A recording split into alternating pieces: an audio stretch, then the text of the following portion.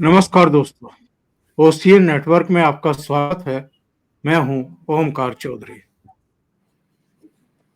एक सूचना ये है कि जिस तरीके से हरियाणा में, महाराष्ट्र में, दिल्ली में और बिहार में भारतीय जनता पार्टी के साथ साथ संघ का एक चुना हुआ पूरा कैडर, वर्कर, उनके पदाधिकारी जमीन पर जाकर के काम कर रहे थे। अब बिहार से निवृत्त होने के बाद वो कलकत्ता और पश्चिम बंगाल के अलग अलग हिस्सों में पहुंच चुके हैं। उन्होंने अपना ठैया जमा लिया है, डेरे तंबू गाड़ लिए हैं। यानी हरियाणा, महाराष्ट्र, दिल्ली और बिहार की कामयाबी के बाद अब अगला लक्ष्य पश्चिम बंगाल है, तो वो वहां पहुंच चुके हैं। भारतीय जनता पार्टी की टॉप लीडरशिप ने एक ऐसे नेता को भी कलकत्ता भेज दिया है जो इन राज्यों में बहुत महत्वपूर्ण भूमिका अदा कर चुके हैं। इसके अलावा मीटिंग्स का दौर वहां चालू है। और आप जानते हैं कि पश्चिम बंगाल, असम, केरल, तमिलनाडु और पुडुचेरी, इनमें मई 2026 में चुनाव होने हैं। अभी हम नवंबर में हैं, यानी दिसंबर अभी बाकी है।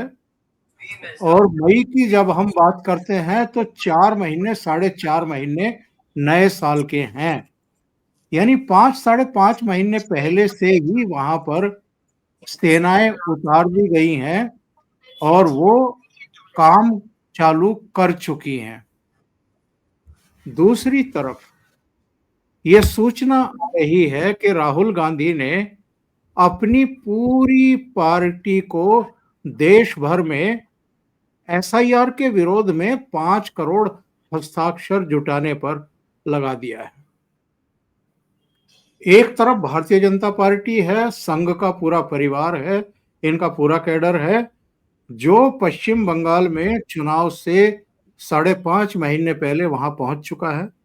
और जब मैं केवल पश्चिम बंगाल की बात कर रहा हूं, तो ये लोग असम भी पहुंच चुके हैं, केरल भी पहुंच चुके, तमिलनाडु और पुडुचेरी में भी पहुंच चुके हैं, वहां भी अपना काम शुरू कर चुके हैं। और दूसरी तरफ इस देश पर 55 से 57 साल तक शासन करने वाली कांग्रेस पार्टी है, जो लकीर की फकीर बनी हुई है। आज भूपेश बघेल ने एक प्रेस कॉन्फ्रेंस की और ये कहा कि साहब, अकेले पंजाब से ही हमने 27 लाख हस्ताक्षर जुटा लिए हैं। बहुत ही तेज चैनल है। 27 लाख हस्ताक्षर तो अकेले पंजाब से जुटा लिए हैं, 5 करोड़ में से। और बाकी भी जगहों से वो सब हस्ताक्षर जुटाए जा रहे होंगे। लक्ष्य ये है 14 दिसंबर को जब रामलीला मैदान में राहुल गांधी रैली को संबोधित करेंगे, तो उस दिन राष्ट्रपति को ये 5 करोड़ हस्ताक्षर सौंपे जाएंगे कि साहब, एसआईआर करवा के बहुत बड़ा जुल्म कर रही है चुनाव आयोग की टीम और मोदी सरकार। तो इसको रुकवाइए, वरना हम मर जाएंगे, हम तबाह हो जाएंगे। तो लोग सवाल पूछ रहे हैं कि भाई, जब ये हिमाचल में आप जीते थे या कर्नाटक में जीते थे या तेलंगाना में जीत गए थे, तब भी क्या एसआईआर हो कराए जाने के बाद चुनाव हुए थे? तब आप कैसे जीत गए थे? सवाल तो और भी पूछे जा रहे हैं। सीधे अपने दो खास मेहमानों से जुड़ लेते हैं और फिर वो सवाल उठाते हैं। मेरे साथ आज जुड़ रहे हैं बाबा रामदास जी और साथ में वीरेंद्र नाथ भट्ट साहब। आप दोनों का बहुत स्वागत है। नमस्कार। जय श्री राम, हर हर महादेव। तो साहब, राहुल गांधी तो एसआईआर के विरोध में 5 करोड़ हस्ताक्षर जुटवा रहे हैं। तो मुझे लगता है 5 करोड़ हस्ताक्षर काफी होंगे। पश्चिम बंगाल का चुनाव जीतने के लिए, असम केरल में सरकार बनाने के लिए और पुडुचेरी और तमिलनाडु में भी कामयाबी हासिल करने के लिए? बाबा जी। सर राहुल जी, जितनी ऊर्जा, ये फर्जी सिग्नेचर, ये 5 करोड़ में से सर 4,99,00,000 फर्जी होंगे। और एक चीज और बताऊं, तुरंत भाजपा जैसे ही वो 5 करोड़ जुटाते हैं ना, उनका एक एसआईआर भाजपा को कर देना चाहिए कि तुमने जो साइन किया है एसआईआर के खिलाफ, तुम्हारा नाम वोटर लिस्ट में है कि नहीं है। जब तुम्हारा नाम वोटर लिस्ट में है तो तुम काहे बात की ऑब्जेक्शन कर रहे हो भाई। बल्कि राहुल गांधी को मेहनत ये करनी चाहिए कि देखो जी, ये 12 स्टेट में एसआईआर हो रहा है या हो गया, जब हो जाएगा, और बिहार में हो गया, तो इतने लोगों के नाम गलत काट दिए, वो नाम जुटाने चाहिए।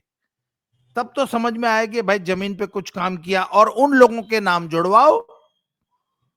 फर्जी सर, एक बात मुझे समझ में नहीं आता कि फर्जीवाड़ा करके सर कितने दिन राजनीति चलेगी।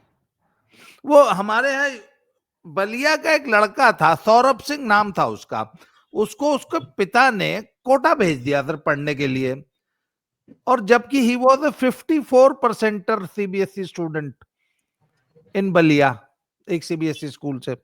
अब तो 54% वाला बेचारा कोटा में क्या करेगा, आईआईटी का एंट्रेंस कैसे निकालेगा। तो वो 2-3 साल तो मौज करता रहा, फिर जब उसको वापस आना था तो उसने एक फर्जी लेटर बनाया, फर्जी, कि साहब मैंने तो एक ऐसा एग्जाम पास किया जो कल्पना चावला और हमारे राष्ट्रपति जी भी, अब्दुल कलाम भी उसमें फेल हो गए थे। मैं तो नासा में फलानी जगह सेलेक्ट हुआ हूं। और सर आपको तो याद होगा कितना बड़ा वितंडा मचा था, और पूरे प्रदेश में पूरा पेज भर भर के उसके विज्ञापन और उसके प्रशस्ति पत्र और हाथी पे बैठा के जरूर निकाला था उसका। और राष्ट्रपति जी ने मिलने बुला लिया था उस फर्जी वाड़े को। अंत में जिस दिन राष्ट्रपति जी से मिलने बुलाया था, उसी दिन हिंदुस्तान टाइम्स ने खबर छाप दी कि भैया ये तो नकली है, फर्जी है सब। सर राहुल गांधी की हालत बलिया के सौरभ सिंह से भी बदतर है। ये फर्जीवाड़े पे कब तक राजनीति करेगा सर, मुझे समझ में नहीं आता। अगर बिहार में ये अपने बल पे चुनाव लड़ जाता ना तो इसको नोटा से कम वोट मिलते। खाता इसका खुलता नहीं है, मैं गारंटी लेता हूं। और अब एक बात और बता दूं सर आपको, बंगाल में इसको अकेले चुनाव लड़ना पड़ेगा, और 3% से भी कम वोट है। 3% तो तब था जब सीपीएम वगैरह के साथ मिलकर लड़े थे, खाता नहीं खुला था पिछली बार। इस बार इनको 1% से कम वोट, इनसे ज्यादा निर्दलीय पा जाएंगे हर सीट पे। ये तो इनकी हालत है। तो बजाय इसके कि अपनी पार्टी के रिवाइवल के लिए काम करें, ये फर्जीवाड़े पे सारा टाइम वेस्ट कर रहे हैं सारा अपना। तो सर ये ठीक है सर। अच्छा एक बात है सर, सब कुछ के बाद एंटरटेनमेंट में कमी नहीं आने दे रहा लड़का। ये श्रेय तो आपको देना पड़ेगा। बिल्कुल बिल्कुल बिल्कुल एंटरटेनमेंट पूरा कर रहा है। 100% अदरवाइज सहमत है। जिंदगी कितनी बोझिल, कितनी नीरस हो जाती है। तो राहुल सर गांधी मैं तो आपको भी धन्यवाद एंटरटेनमेंट बोलेंगे। राहुल गांधी, राहुल गांधी आपको धन्यवाद जी। देंगे, आप उन्हें लड़का बोल रहे हैं। तो भट्ट साहब, आपकी समझ में आ रहा है कि ये सब पाखंड, ये सब नाटक नौटंकी देखिए, करने की जरूरत क्यों पड़ रही है राहुल गांधी को? ये अगर पाखंड और फर्जीवाड़ा ना करें तो करें क्या। ये सारा जो सारा जो परिश्रम हो रहा है, ये सारी जो एक्सरसाइज हो रही है, ये केवल राहुल गांधी की पार्टी पे नियंत्रण को बनाए रखने और राहुल गांधी की लीडरशिप को बचाए रखने के लिए हो रही है। और इसका कोई भी इसका उद्देश्य नहीं है। और ये कहा जा रहा है साफ साफ ये कि जो 2024 के लोकसभा चुनाव के बाद जो इंडी ब्लॉक है या इंडिया ब्लॉक है, इसके दो पैर थे। पहला था कि कांग्रेस और दूसरा था रीजनल पार्टीज। दोनों पार्टियों को 1% का लाभ नहीं हुआ है पिछले 1.5 सालों में। हरियाणा का चुनाव देखिए, महाराष्ट्र का चुनाव देखिए, और दिल्ली का चुनाव देखिए, और अब बिहार का चुनाव देखिए। कौन सा राज्य ऐसा आपको दिखता है जहां पर कांग्रेस की और क्षेत्रीय पार्टियों की ताकत बढ़ी है? क्या हरियाणा में बढ़ी कांग्रेस की ताकत? नहीं बढ़ी। क्या क्या महाराष्ट्र में ताकत बढ़ी? ताकत घटी। जून 2024 में शिवसेना उद्धव ठाकरे गुट को, राष्ट्रवादी कांग्रेस पार्टी शरद पवार को और कांग्रेस को जो सफलता मिली थी, क्या वो उसी ग्राउंड को क्या बचा पाए? ठीक 4 महीने बाद जो इलेक्शन हुआ नवंबर 2024 में महाराष्ट्र में, नहीं बचा पाए। दिल्ली में कहा कि केजरीवाल को मुख्यमंत्री बनाने से हमें क्या फायदा होगा, हम अकेले लड़ेंगे। आपको क्या कांग्रेस को एक भी सीट मिली दिल्ली में? एक भी सीट नहीं मिली। बिहार में पिछले चुनाव में 24 या 26 सीटें थी, इस बार कितनी आई? सिंगल, वो संख्या सिंगल डिजिट में बदल गई। आरजेडी की सीटें पिछली बार कितनी थी? 75 77 थी। अब की बार कितनी आई? 25 आई। यानी केवल उतनी जीतने के लिए आप लीडर ऑपोजिशन बन जाएंगे। यानी जो दोनों पैर थे इंडिया अलायंस के, वो दोनों लड़खड़ा गए पिछले 18 महीनों में। तो अब अगर एसआईआर के ऊपर वो वितंडावाद नहीं खड़ा करेंगे तो और करेंगे क्या? उनके पास विकल्प क्या बचता है? और एक कांग्रेस के सांसदों से मेरी बात हुई, उनका ये कहना है कि जिस तरीके से 1990-91 में कल्याण सिंह मुख्यमंत्री थे, कल्याण मिश्रा पार्टी अध्यक्ष थे, उस समय बीजेपी का नारा था एक बूथ 20 यूथ।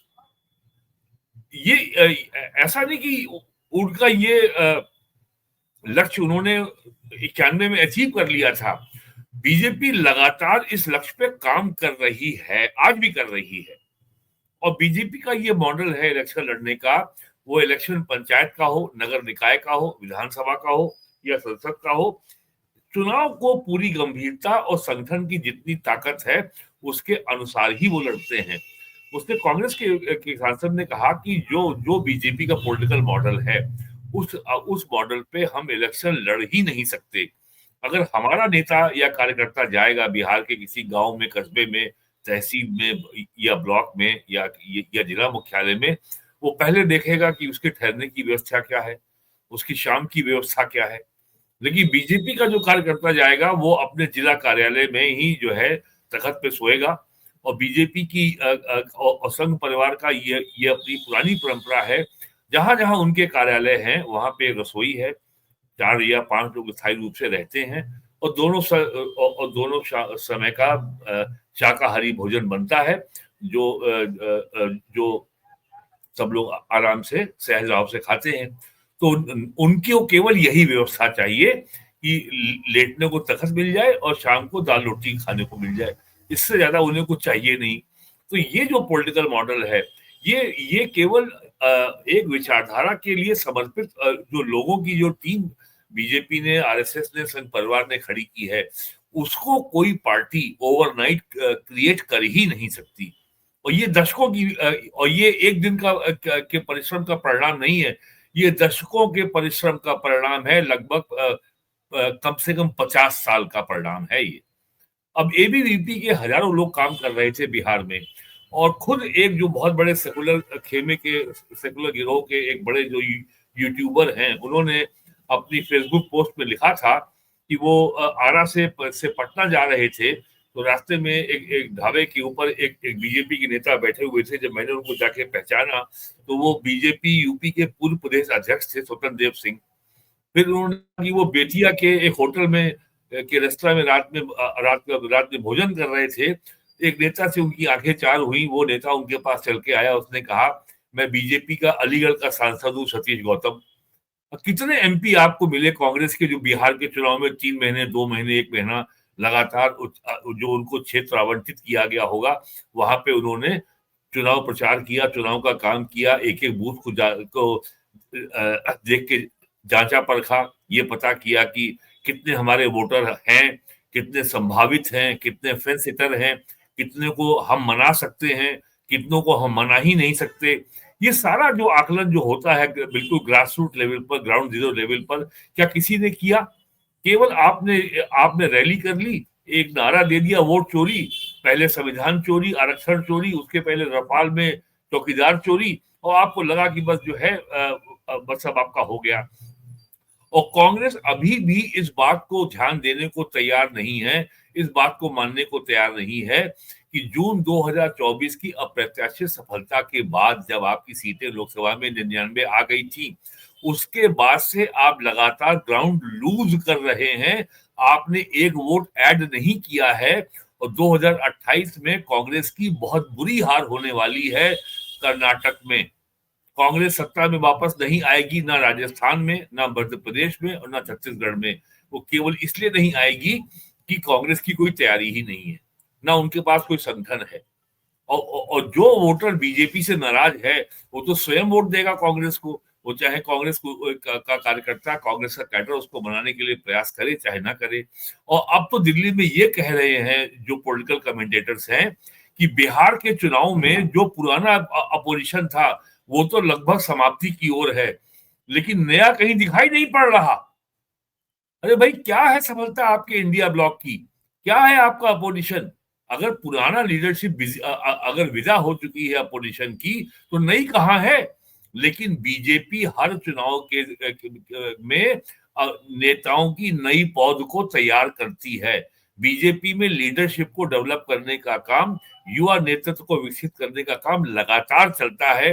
आपको याद होगा आज से 2 साल पहले प्राइम मिनिस्टर मोदी ने कहा था, हम ऐसे 1 लाख युवाओं को पार्टी में हम आगे बढ़ाएंगे जिनका परिवार का कोई भी व्यक्ति कभी, जिसका किसी राजनीतिक दल से, राजनीतिक संगठन से कोई कभी नाता रहा ही ना हो। तो क्या आपको लगता है कि अगर पीएम ने यह घोषणा की है तो उस पर कोई काम नहीं हुआ होगा? अब तक 1 लाख से ज्यादा लोग आ चुके होंगे।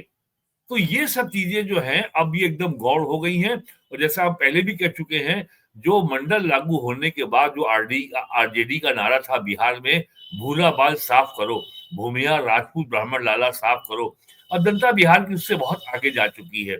यूपी में नारा था 90 में, डीएम सीएम पीएम तीनों अपने होंगे, मंडल लागू हो गया है। अब यूपी भी इससे बहुत आगे जा चुका है। अब यूपी के लोगों को साल में 12 महीने 24 घंटे बिजली की में रहने की आदत हो गई है।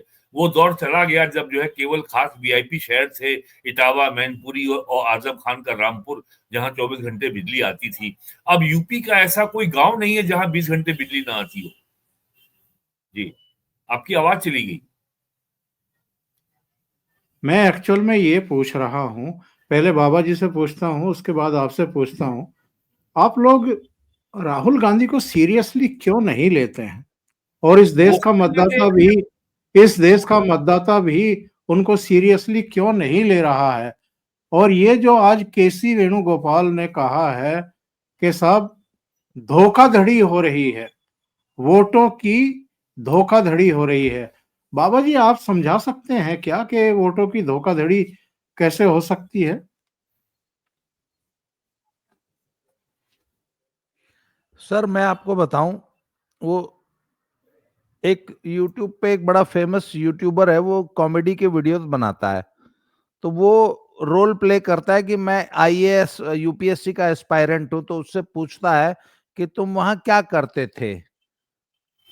तो बोला मेरी जो चिकन करी है वो पूरे हॉस्टल में सबसे बढ़िया बनती थी।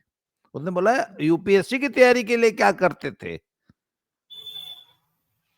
तो वो पूरा अपने सारा दिन की आवारा गर्दी और मस्ती का गिनाता है, पढ़ाई का एक शब्द का नाम नहीं लेता। वो लड़का गया है यूपीएससी की तैयारी करने। सर मुझे उसको देख के ना हूबहू राहुल गांधी की याद आ गई। मैंने कहा राहुल गांधी भी तो यही करता है। चुनाव जीतने के लिए मुद्दे क्या होंगे, हम सरकार को किस मुद्दे पे घेरेंगे और वोट कैसे आएंगे, इस पर राहुल गांधी का कोई काम नहीं है। उनका है कि भैया अच्छा है खराब है जैसा भी है, हमारा नेता हमारा देवता है, वो वाला मेरा पति मेरा वाला देवता है। तो इनको सर सबसे पहले तो कांग्रेस पार्टी पे अपना कब्जा बरकरार रखना है, कहीं प्रियंका गांधी आ न जाए। तो ये अपनी सारी हार का ठीकरा इनको इस वोट चोरी पे फोड़ देना कि हम तो जी पक्का जीत रहे थे।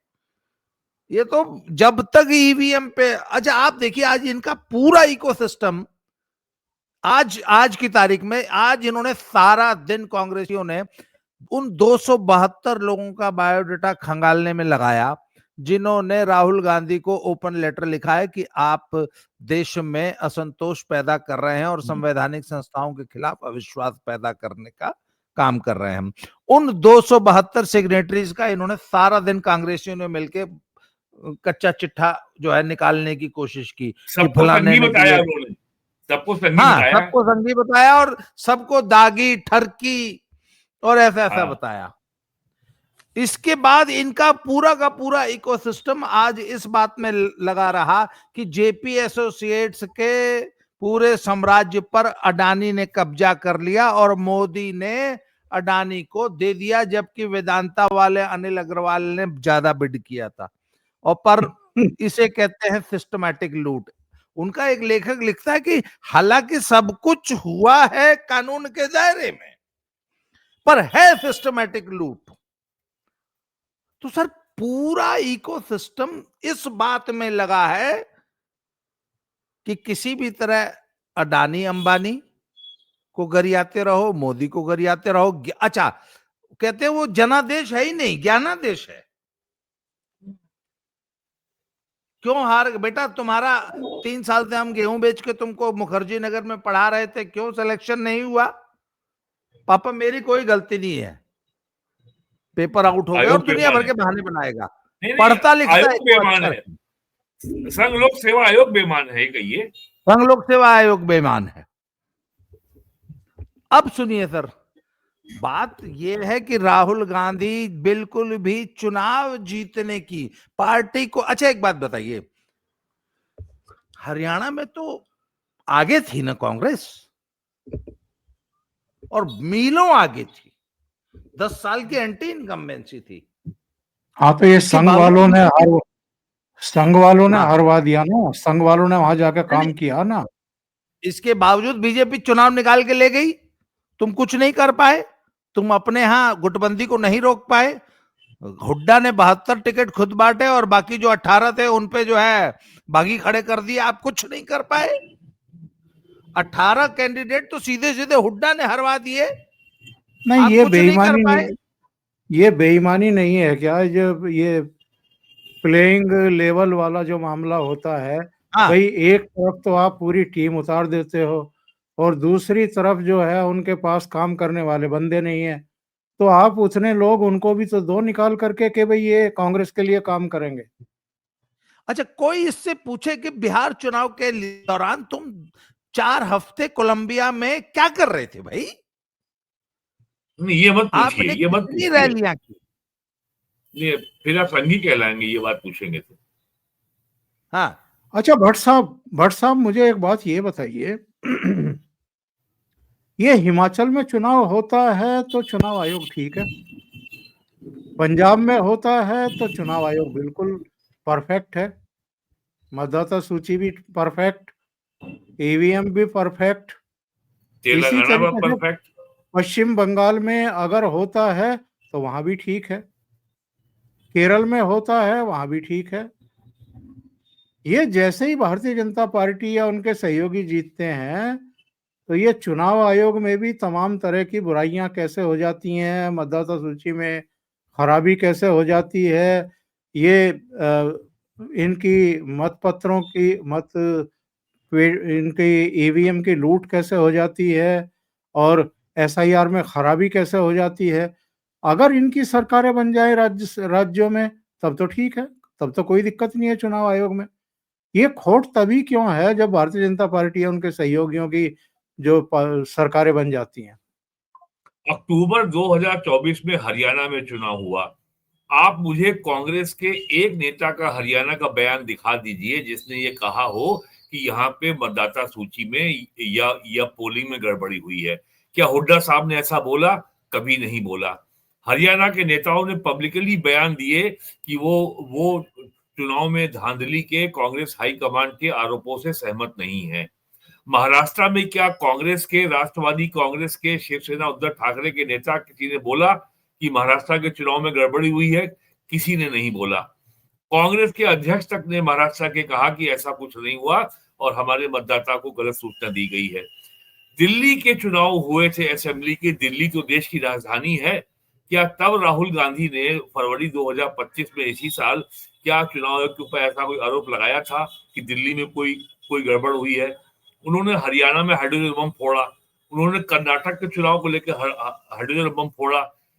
बिहार के कांग्रेस के अध्यक्ष रह चुके शकील अहमद का बयान है कि 65 लाख लोगों के नाम मतदाता सूची से काटे गए, लेकिन पूरे बिहार में 65 लोगों ने शिकायत नहीं की। बिहार में 65 लोगों ने कोई विरोध में प्रदर्शन नहीं किया कि उनका नाम काट दिया गया, और जब उन्होंने नाम जुड़वाने के लिए उन्होंने जब आवेदन दिया तो उनकी सुनवाई नहीं की गई और उनका नाम नहीं जोड़ा गया। ये कांग्रेस के नेताओं ने कहा है बिहार के। सितंबर के महीने में लालू ने 2 हफ्ते की वोट चोरी यात्रा निकाली बिहार में। तेजस्वी इसके पक्ष में नहीं थे। अगर वोट चोरी की बात करोगे तो लोग चारा चोरी की बात करेंगे।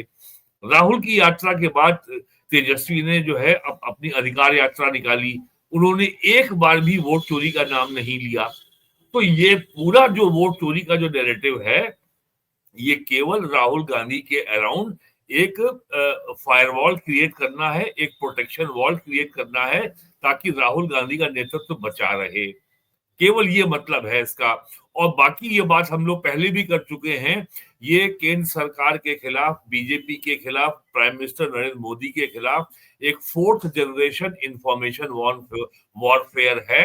अब जो युद्ध है वो दिमाग से लड़ा जाएगा, वो फेक न्यूज से लड़ा जाएगा, वो फेक नैरेटिव के आधार पर लड़ा जाएगा। इन्होंने ये काम 2019 में भी ट्राई किया था, रफाल के ऊपर, चौकीदार चोर है, फेल हो गए। मई जून 2024 में इन्होंने फिर फेक नैरेटिव चलाया, संविधान खत्म हो जाएगा, आरक्षण खत्म हो जाएगा। उनको थोड़ी सफलता मिल गई, तो इनको लगता है ये आगे भी मिलती रहेगी। तो ये जो अब जो ये जो 4th जनरेशन वॉरफेयर है कि देश की संसद, देश की न्यायपालिका, देश की संवैधानिक संस्थाएं, चुनाव आयोग, इनके प्रति जनता के में जो विश्वास की भावना है उसको खत्म करो। इनकी विश्वसनीयता चुनाव आयोग की और जो क्रेडिबिलिटी है उसको खत्म करो। इसीलिए जनादेश को वो ज्ञानादेश कह रहे हैं। यहाँ तक कि कांग्रेस पिछले 2 महीनों से मुख्य चुनाव आयोग की जाति का हवाला भी दे रहे हैं। ये तो गुप्ता है। इनकी कोई सुन रहा होता तो इनकी सीटें कुछ तो बढ़ जाती।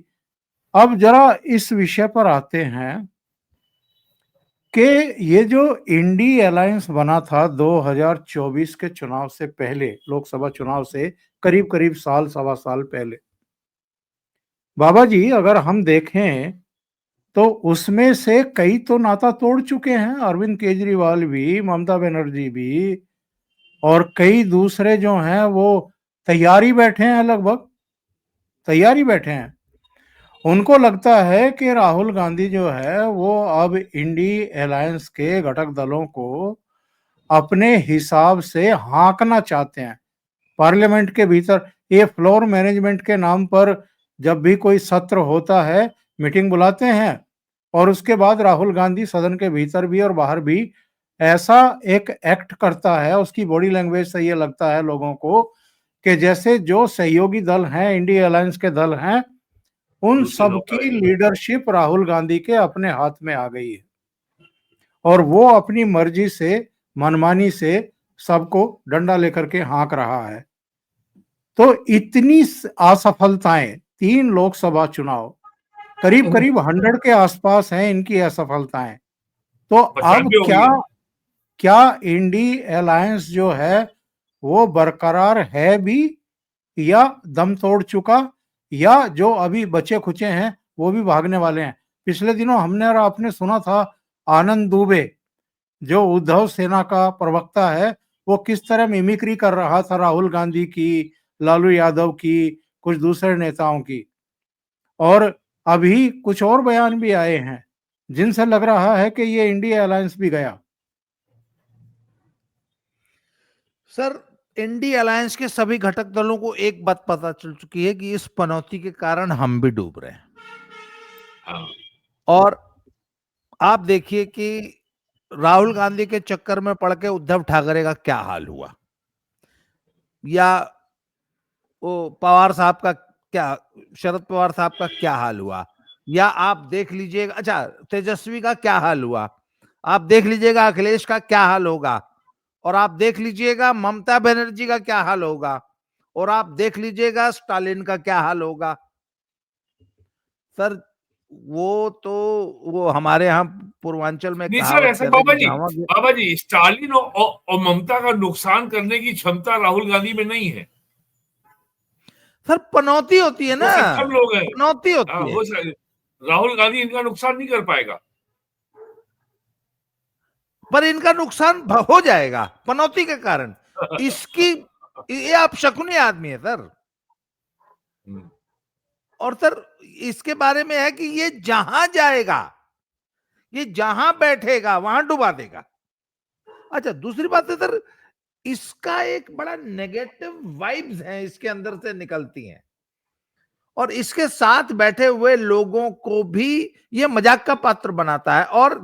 और सर वोटर ने इसको सीरियसली लेना बंद कर दिया है। दुर्भाग्य से ये इंडिया अलायंस की सबसे बड़ी पार्टी है भाई, 99 सांसद है, ये इंडिया अलायंस का स्वाभाविक लीडर है। तो उन्होंने कहा यार जिस अलायंस का लीडर ही इतना बड़ा निकम्मा नकारा हो, अच्छा सर वो बेचारा मजबूरी में सर पॉलिटिशियन बना हुआ है। आज की तारीख में वो देश में है कि नहीं है इसकी कोई गारंटी नहीं ले सकता। आप लोग मुझे तो आज है क्या, आ गया लंदन से वापस? शायद नहीं आया। कुछ कंफर्म नहीं है। बाबा जी मैं हाँ? अभी 1 घंटे पहले एक टीवी चैनल में था। कांग्रेस का प्रवक्ता कह रहा था कि यूपी में 2027 में कांग्रेस नंबर 2 की पार्टी होगी, समाजवादी पार्टी नंबर 3 की पार्टी होगी। तो फिर बीजेपी के प्रवक्ता ने कहा कि आपने मान लिया हम नंबर 1 होंगे? तो उसने कहा कि यह माना जाता है कि रूलिंग पार्टी नंबर 1 पे होगी। अभी अच्छा 1 घंटे पहले उसने कहा है कि कांग्रेस नंबर 2 की पार्टी होगी और समाजवादी पार्टी नंबर 3 की पार्टी होगी। अभी 1 घंटे पहले कांग्रेस के प्रवक्ता ने कहा है। जबकि सर सच ये है कि अगर ये अकेले चुनाव लड़ गया तो इनका खाता नहीं खुलेगा और इनको नोटा से कम वोट मिलेंगे, ये मैं गारंटी लेता हूं। जनता के सामने जब तक आप कोई ठोस कार्यक्रम लेके नहीं जाएंगे तो अब जनता के सामने इनके पास नहीं आएगी। और नरेंद्र मोदी की सरकार ने जितना ठोस रूप में डिलीवर किया है जनता को, वो इतनी भारी भरकम परफॉर्मेंस है कि बड़ी संख्या का जो वोटर जो वास्तव में गरीब वोटर है, जो फेसबुक, व्हाट्सएप, इंस्टाग्राम से दूर रहता है, जिसके पास स्मार्टफोन नहीं है, उसको जितना मिला है पिछले 11.5 सालों में, ये उन्होंने जीवन में पहले कभी कल्पना भी नहीं की थी। और ये हमने बिहार में होते हुए देखा है। जी, और थोड़ा चलते चलते जरा बिहार पे भी चर्चा कर लें। उससे पहले सभी दर्शकों से एक निवेदन है, आप अच्छी खासी संख्या में लाइव देख रहे हैं, लेकिन जो लाइक बटन है वो 250-300 नहीं दबाया है, तो लाइक बटन जरूर दबा दिया करें। इससे हमारी रीच बढ़ जाती है, वीडियो ज्यादा लोगों तक पहुंच जाता है। और वीडियो को फॉरवर्ड भी कर दिया करें अपने ग्रुप्स में और अपने मित्रों को। और चैनल अगर भी आपने सब्सक्राइब नहीं किया है तो चैनल को भी सब्सक्राइब कर लें। बिहार की बात में ये कर रहा था कि मंत्री परिषद को उनके विभागों के ऐलान कर दिए गए हैं, उनकी घोषणा हो गई है और गृह मंत्रालय सम्राट चौधरी को दिया गया है, उप मुख्यमंत्री को। आमतौर पर मुख्यमंत्री के पास ये विभाग होता है, लेकिन इस बार नीतीश बाबू के पास नहीं है। तो भारतीय जनता पार्टी को 2 उप मुख्यमंत्री के पद, गृह मंत्रालय, स्पीकर भी प्रेम कुमार जो है वो बीजेपी के ही होंगे। तो आप क्या हम ये मान लें कि इस सरकार में बीजेपी का अच्छा खासा सम्मान और दबदबा रहने वाला है बाबा जी? सर निश्चित रूप से गृह मंत्रालय अपने पास रखना और स्पीकर अपना बनाना, सर ये तो, और मुझे तो ऐसा लग रहा है कि पर्दे के पीछे निश्चित रूप से कोई टाइम बाउंड अरेंजमेंट हुआ है और हो सकता है कि साल 2 साल बाद हम बिहार में पुनः नेतृत्व परिवर्तन देखें। इसकी बड़ी प्रबल संभावना मुझे दिखाई देती है और इसको हो सकता है नीतीश बाबू स्वयं ये प्रपोज करें कि नहीं, अब मैं जो है रिटायर होऊंगा और आप लोग जो है अपनी व्यवस्था करें। और सर, गृह मंत्रालय के बाद मुझे जिस जिस डिपार्टमेंट में सबसे ज्यादा जिज्ञासा थी वो थी कि उद्योग विभाग किसके पास है और क्या आने वाले समय में 5 सालों में हम कुछ बड़ा इन्वेस्टमेंट आता हुआ बिहार में देख सकते हैं। क्योंकि सर, जो इन्वेस्टर कॉन्फिडेंस है ना, उसका it is directly proportional to the performance of these गुंडा पार्टीज। आप गुंडा पार्टी, हाँ, गुंडा पार्टी का जितना बुरा परफॉर्मेंस होगा, इन्वेस्टर कॉन्फिडेंस उतना बढ़ जाएगा कि चलो गुंडे खत्म हो गए। सर, यही यूपी में, यही बिहार में। तो ये जो बहुत बुरी परफॉर्मेंस लालू की पार्टी की हुई है और ज्यादातर गुंडों का हारना लालू की पार्टी से, इन सबको मिला के सर एक पॉजिटिव एटमॉस्फेयर तो मुझे लगता है कि इंडस्ट्री का तैयार होना चाहिए बिहार में। अब आगे देखते हैं। बाकी लॉ एंड ऑर्डर तो बेहतर है ही है और बेहतर होगा यदि बीजेपी के पास रहेगा तो। जी भट्ट साहब, देखिए, जो वामपंथी खेमे से जो खबर आ रही है, वो खबर ये आ रही है कि जून 2024 में जो बीजेपी का लॉस हुआ था और जिस तरीके से कांग्रेस ने ये नैरेटिव बनाया था कि बीजेपी जेडीयू और टीडीपी पे डिपेंडेंट है, that gain has been completely wiped out in Bihar. वो जो गेन था वो पूरी तरीके से समाप्त हो गया है। अब बीजेपी बिल्कुल अपनी शर्तों पर अपने सारे गठबंधन की पार्टियों को चलाएगी, नचाएगी। और टीडीपी और ये कहा जा रहा है कि टीडीपी अब 100% हिंदुत्व की भाषा 1.5 साल से बोल ही रही है। अब जेडीयू भी हिंदुत्व की भाषा पे चलेगी और वो कोट करते हैं कि किस तरीके से मैथिली ठाकुर ने विधायक बनते ही ये मांग कर दी है कि अलीनगर का नाम सीतानगर किया जाए। और जिस तरीके से ये सम्राट चौधरी को गृह मंत्रालय का जो गृह विभाग दिया गया है, it's a very major indication, ये बहुत बड़ा फैसला है कि नीतीश कुमार ने अब पावर कंसीड की है, पावर बीजेपी को और के लिए और छोड़ी है। यूपी और बिहार में गृह मंत्रालय पिछले 50 साल का इतिहास देख लीजिए, सदैव मुख्यमंत्री के पास रहा है। यूपी में पिछले 50 सालों में केवल 3 मौके मुझे याद आते हैं। एक बार 78 में जब जनता पार्टी की सरकार में हरिद्वार के राम सिंह गृह मंत्री थे। उसके बाद जो है वीपी सिंह की सरकार में सुरुख कुमारी बख्शी गृह मंत्री थी और फिर 88 में एनडी तिवारी की सरकार में सुशीला रोहतगी गृह मंत्री थी। बाकी यूपी में मुलायम सिंह हो, कल्याण सिंह हो, मायावती जी हो, अखिलेश यादव हो, राजनाथ सिंह हो, रामनाथ गुप्ता हो या वर्तमान में योगी आदित्यनाथ हो, सदैव गृह मंत्रालय मुख्यमंत्री के पास रहा है, वही असली विभाग है। और गृह मंत्रालय से का अर्थ ये भी है कि जो नियुक्ति विभाग होता है, यानी डिस्ट्रिक्ट मजिस्ट्रेट, आईएएस, आईपी और पीसीएस की पोस्टिंग भी मुख्यमंत्री के पास रहती है। तो आईपीएस की पोस्टिंग अगर मुख्यमंत्री का अधिकार किसी मंत्री को दे रहा है, इसका मतलब वो पावर कंसीड कर रहा है। तो ये बाय एंड लार्ज जो ये फर्जी नैरेटिव बनाया था राहुल गांधी ने पिछले साल जून में कि नरेंद्र मोदी कमजोर हो गए हैं, उनका मनोबल टूट गया है और वो दो बैसाखियों पे सवार हैं, ये नैरेटिव अब पूरी तरीके से ध्वस्त हो गया है बिहार के बाद।